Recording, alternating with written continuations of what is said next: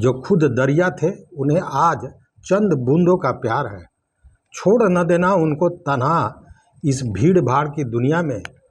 यही तो जिंदगी की असल और खूबसूरत नींव है। नमस्कार मित्रों, मैं हूं राकेश कुमार। आप देख रहे हैं मत अभिमत।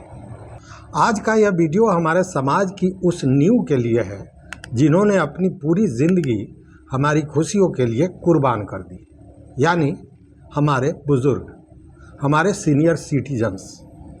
आज मैं आपको सीनियर सिटीजन्स के कुछ ऐसे अधिकारियों और सरकारी योजनाओं के बारे में बताने जा रहा हूं जिसे जानना हर किसी के लिए बेहद ज़रूरी है, चाहे उसकी उम्र 60 वर्ष से अधिक हो या वह एक युवा हो। यह जानकारी हमारे लिए रामबाण साबित होगी, क्योंकि आज आप युवा हैं तो कल 60 वर्ष के बुजुर्ग भी होंगे। हमारे देश में कानून तो बहुत है, लेकिन जागरूकता की कमी के कारण आज भी हमारे बुजुर्ग थानों, कोर्ट और अपनों के सामने बेहद बेबस नज़र आते हैं। आइए आज इस बेबसी को कानूनी जानकारी की ताकत से ख़त्म करने का प्रयास करते हैं।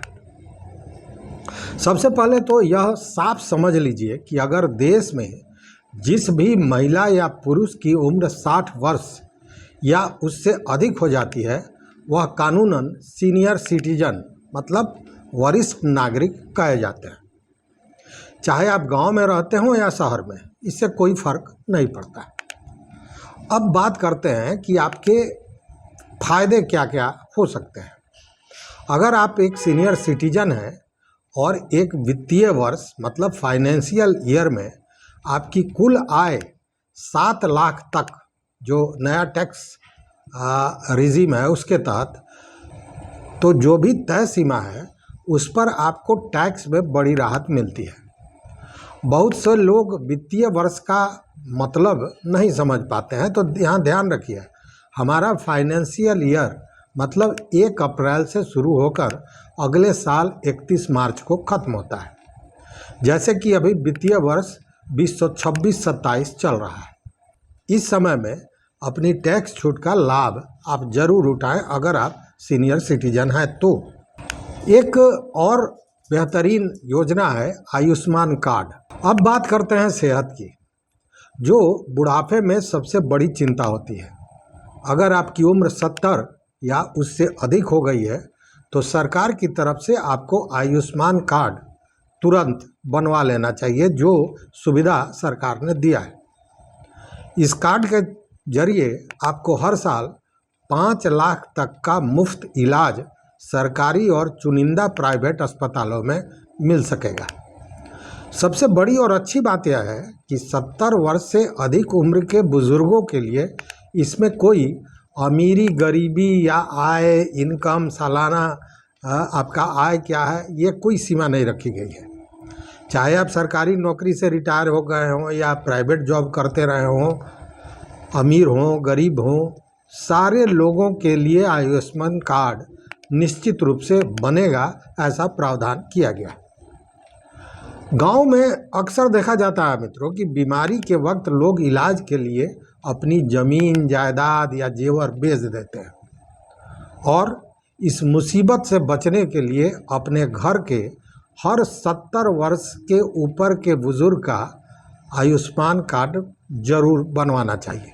यदि आपकी उम्र 70 वर्ष है और आप सिर्फ पेंशन या बैंक का जो ब्याज होता है, इंटरेस्ट होता है, उस पर निर्भर है, तो सरकार ने कुछ शर्तों के साथ वरिष्ठ नागरिकों को ITR मतलब इनकम टैक्स रिटर्न फाइल करने के झंझट से भी मुक्त कर दिया है। अक्सर रेलवे स्टेशनों या बैंकों में देखा जाता है कि 70-75 साल के बुजुर्ग लंबी लाइनों में खड़े रहते हैं, जबकि उनके आगे युवा खड़े होते हैं। यह कानूनन गलत है। अगर आप सीनियर सिटीजन हैं तो रेलवे स्टेशन के काउंटर और बैंकों में आपके लिए अलग प्राथमिकता का प्रावधान है। आपको प्रायोरिटी के साथ सेवा दी जाएगी।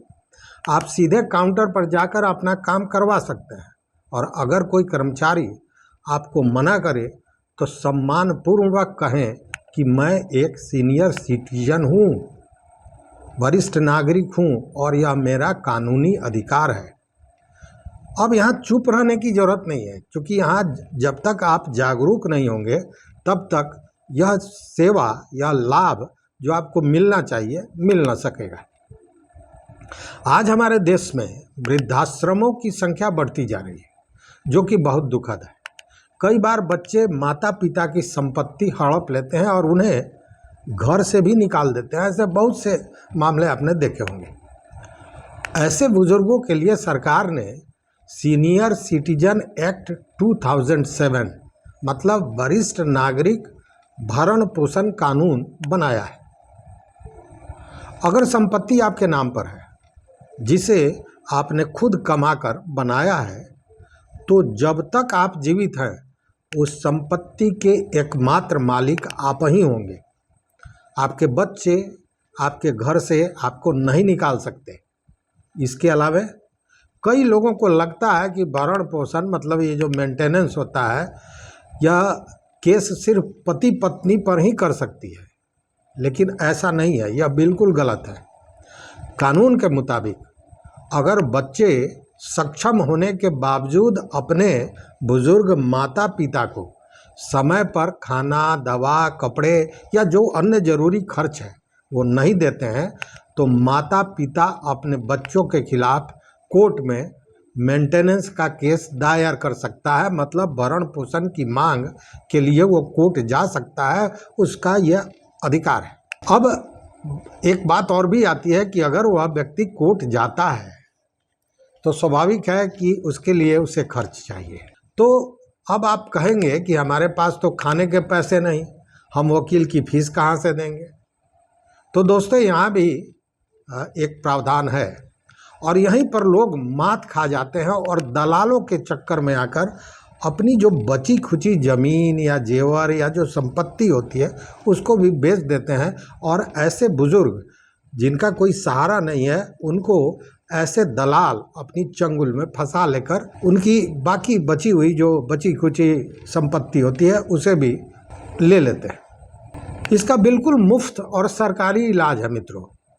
आप अपने ज़िले के सिविल कोर्ट मतलब जो आपका न्यायालय है वहाँ किसी भी कर्मचारी से पूछिए कि जिला विधिक सेवा प्राधिकरण मतलब डिस्ट्रिक्ट लीगल सर्विस अथॉरिटी, जिसको DLSA कहा जाता है, इसका ऑफिस कहाँ है। अगर आप पढ़े लिखे नहीं भी हैं तो डरने की कहीं कोई ज़रूरत नहीं है। अपनी क्षेत्रीय भाषा में, अपने भोजपुरी में, अपने मैथिली में, जो भाषा आप बोलते हो, सिर्फ अपना आधार कार्ड लेकर वहाँ पहुँच जाइए। वहाँ अपनी समस्या अपनी ही भाषा में बताइए, कोई दिक्कत नहीं है। सरकार आपको बिल्कुल मुफ्त में वकील देगी जो आपका केस बिना 1 रुपया लिए हुए, बिना वसूली किए हुए पूरी मजबूती से लड़ेगा। चाहे आपको बच्चों से मेंटेनेंस दिलवाना हो या अपनी वसीयत तैयार करवानी हो, यह सारी सुविधा वरिष्ठ नागरिकों और महिलाओं के लिए बिल्कुल मुफ्त है। लेकिन दिक्कत यह है कि लोगों को इसकी जानकारी नहीं है। एक नहीं, ऐसे दर्जनों केस मिलेंगे, खासकर ग्रामीण क्षेत्रों में जहां बुजुर्ग पढ़े लिखे नहीं हैं और उनको उनके अधिकारों से उनके बच्चों ने एक तरह से कहें कि अलग कर दिया, पृथक कर दिया, छीन लिया उनका अधिकार। तो वो कोर्ट तो आ जाते हैं, लोग उन्हें बताते हैं कि भैया आपके ज़मीन को आपके पोते ने ले लिया, आप कोर्ट में लड़िए कि वो गलत ढंग से लिया है। वो वहाँ जाते तो हैं, लेकिन पता ये चलता है कि जिस संपत्ति को बचाने के लिए या हासिल करने के लिए वो कोर्ट गए, वही संपत्ति दलालों के हत्थे पड़ा और वो चला गया। तो यहाँ पे यह आपका अधिकार है कि आपको मुफ्त में वकील मिल सकता है जो आपसे कोई पैसा नहीं लेगा और आपके लड़ाई को पूरी मजबूती से लड़ेगा। अब अगर घर में बहू बेटे आपको कमरे में बंद रखते हैं, अब सोचिए स्थितियां ऐसी मतलब ये आश्चर्यजनक होने वाली बात नहीं है। ऐसे बहुत से मामले आपको मिल रहे होंगे कि बहू बेटे कमरे में बंद कर देते हैं, गाली गलौज करते हैं, मानसिक रूप से प्रताड़ित करते हैं, या फिर बार बार धमकी देते हैं कि वृद्धाश्रम भेज देंगे। आपको घर में नहीं रखेंगे, आप वहीं जाके रहिए। उस स्थिति में कहीं से भी आपको डरने की ज़रूरत नहीं है। आप तुरंत एक काम कीजिए और यही काम आपको राहत देगा। आप अपने तुरंत नज़दीकी पुलिस स्टेशन में पहुंचिए और वहां पे आप शिकायत कीजिए। जिले के एसपी को इस बात के लिए आप सूचित कर सकते हैं। वरिष्ठ नागरिकों को प्रताड़ित करने वालों के खिलाफ तुरंत और सख्त कानूनी कार्रवाई की जाती है, यह प्रावधान भी है। मित्रों, बुजुर्ग हमारे घर का स्वाभिमान और आशीर्वाद है। उनका शोषण बर्दाश्त मत कीजिए। समाज में कुछ लोग भ्रम फैलाते हैं ताकि आप डर जाएं, आपका पैसा बर्बाद हो।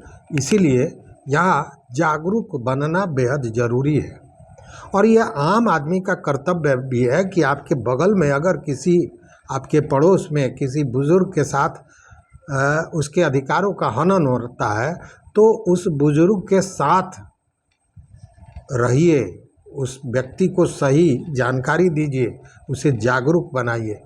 और आज इस वीडियो को बनाने का सबसे बड़ा उद्देश्य यही था। अगर यह जानकारी आपको महत्वपूर्ण लगी हो तो निश्चित रूप से इस वीडियो को अपने पास तक सीमित मत रखिए। इसे अपने दोस्तों के पास भेजिए, व्हाट्सएप ग्रुप में भेजिए, खासकर उस घर में ज़रूर भेजिए जहां बुजुर्ग रहते हैं। तो मित्रों, इस वीडियो में बस इतना ही। अगर आपको लगता है कि यह समाज को जागरूक करने के लिए एक महत्वपूर्ण वीडियो है तो निश्चित रूप से हमारे कमेंट बॉक्स में अपना विचार, अपना मत दीजिए। और अगर आपके अगल बगल में वैसी कोई स्थिति है जहां बुजुर्ग के अधिकारों का हनन हो रहा है, उनके साथ गलत व्यवहार हो रहा है, उनके बच्चों के द्वारा ही हो रहा है, तो निश्चित रूप से हमारे कमेंट बॉक्स में बताइए।